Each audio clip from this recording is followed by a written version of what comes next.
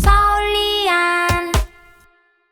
안녕하세요, 서울리안입니다. 촬영하시는 분들 모노포드 많이 쓰고 계시죠?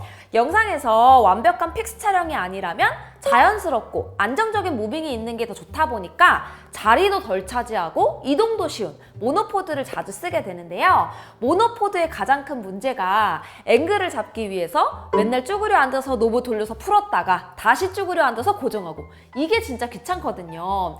그나마 실내에서는 진짜 이제 하다하다 발가락 스킬이 다 늘었어요. 발가락 힘이 세졌는지 이제는 어느 정도 단단하게 고정까지 할 수 있는 지경에 이르게 됐는데요. 오늘 소개할 후속 모델이 이 치명적인 모노포드의 단점을 말끔하게 해결했습니다. 제가 기존에 사용하던 제품과 나란히 두고 어떤 개선점들이 있었는지 보여드릴게요. 모노포드를 구입하거나 비교할 때 세 가지 구성품에 대해서 생각해 보시면 됩니다. 첫 번째로 모노포드를 지탱해주는 발 역할을 하는 가장 아래쪽에 있는 퀵 릴리즈 베이스, 두 번째는 높낮이를 조절하는 폴, 메인 바디가 있고요. 세 번째로는 카메라를 거치하고 틸팅, 패닝과 같은 동작을 하는 볼 헤드가 있죠. 이 세 개의 각 파트가 각기 다른 종류와 기능을 갖고 있어서 나한테 맞는 구성으로 되어 있는지 각각 확인하고 구입하시면 됩니다. 오늘 제품 소개도 이렇게 각 구성 요소별로 어떤 점들이 바뀌었는지 제가 느낀 점들 설명해 드릴게요. 이번에 제가 신나서 소개하기로 결정한 이유가 바로 이 베이스 부분의 변화 때문입니다. 기존에 사용하던 제품은 이렇게 노브이 있고 이걸 돌려서 저항 레벨을 조절하고 또 완전히 꽉 돌려서 고정하는 역할까지 전부 담당하고 있었어요. 이번에 새롭게 페달 방식으로 바뀐 베이스를 보면 저항은 별도의 다이얼이 담당을 하고 있고 고정은 이 페달이 담당하게 돼요. 모노포드를 사용하는 시나리오를 생각을 해보면 대다수가 고정 상태와 릴리즈 상태의 전환이 많은 것을 알 수가 있습니다. 모노포드가 움직이는 저항 레벨을 조금씩 조절하는 것보다는 원하는 저항 수준을 기본값으로 두고 모노포드를 고정하고 다시 풀어서 움직이고 이렇게 사용을 하게 되는데요. 고정과 릴리즈 전환을 페달로 할 수 있다 보니까 이제 모노포드를 사용하면서 허리를 숙여서 뭔가를 조작해야 할 일이 정말 하나도 없어졌어요. 도착해서 베이스의 발을 원하는 각도로 펼치고 길이를 조절한 후에 카메라를 결합하고 나면 이제 그냥 가지고 다니면서 페달을 이용해서 고정했다가 풀었다가 하면서 자연스러운 무빙으로 촬영을 하는 것, 이게 전부입니다. 진짜 편하죠. 여기에 디테일하게 전에 쓰던 제품에서 변화된 부분들이 있는데요. 발의 길이가 길어져서 훨씬 더 안정적으로 고정을 할 수 있게 됐습니다. 그리고 퀵 릴리즈는 기존에는 결합할 때 아래로 당긴 채로 결합을 해야 했었는데 이제는 꾹 눌러주기만 하면 알아서 결합이 돼요.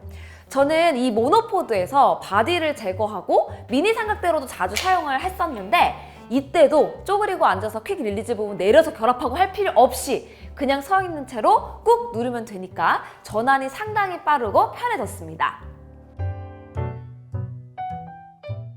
다음으로 바디 부분입니다. 전작은 트위스트 락으로 되어 있는데요. 길이 조절을 할 때 돌려서 원하는 길이로 만들고 다시 돌려주는 타입이에요.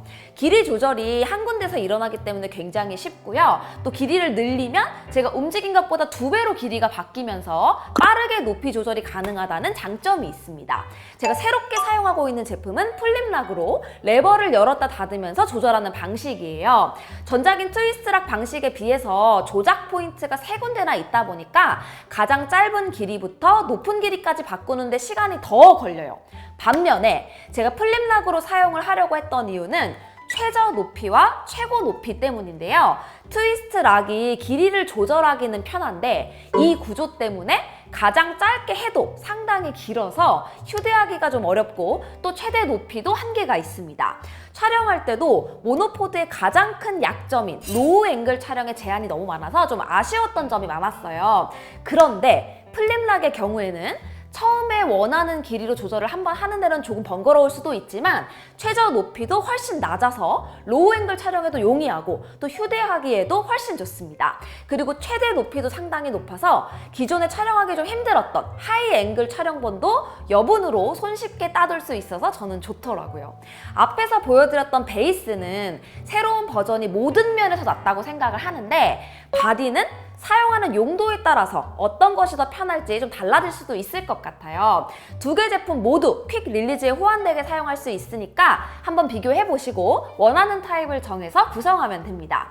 바디도 디테일하게 업그레이드된 부분이 있는데요. 플립락 버전은 퀵 릴리즈가 베이스와 동일하게 아래로 당기지 않고 바로 결합할 수 있는 타입으로 적용이 되어 있고요.